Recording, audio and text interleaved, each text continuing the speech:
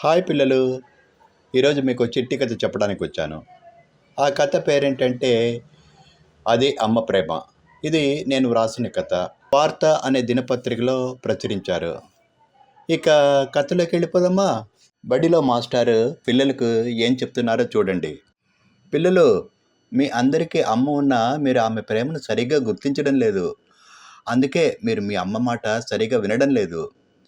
అసలు మీ కుటుంబ సభ్యులతో పోలిస్తే మీ అమ్మ ప్రేమ ఎంతో ఉన్నతమైనది. మీరు గమనించారంటే తప్పకుండా గుర్తిస్తారు అని చెప్పారు.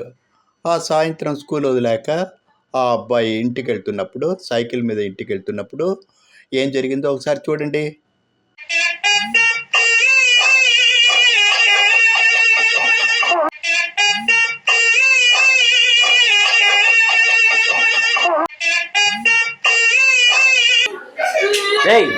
ఇప్పుడే కదా కొత్త సైకిల్ కొనిచ్చాను, అంత లోపల దానికి ఖర్చు పెట్టినావరా కదవా? పక్కన ఉండే స్కూల్కు నీకు సైకిల్ కావాలా? అంత బంధానా నీకు? బా, మీరంతా ఒక నిమిషం గమ్మట్టు ఉండడా.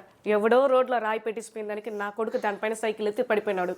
ఏరైనా నీకు ఏడన్నా దెబ్బ తగిలినా ఇంక మెట్ట జాగ్రత్తగా పోవాలి, సరేనా?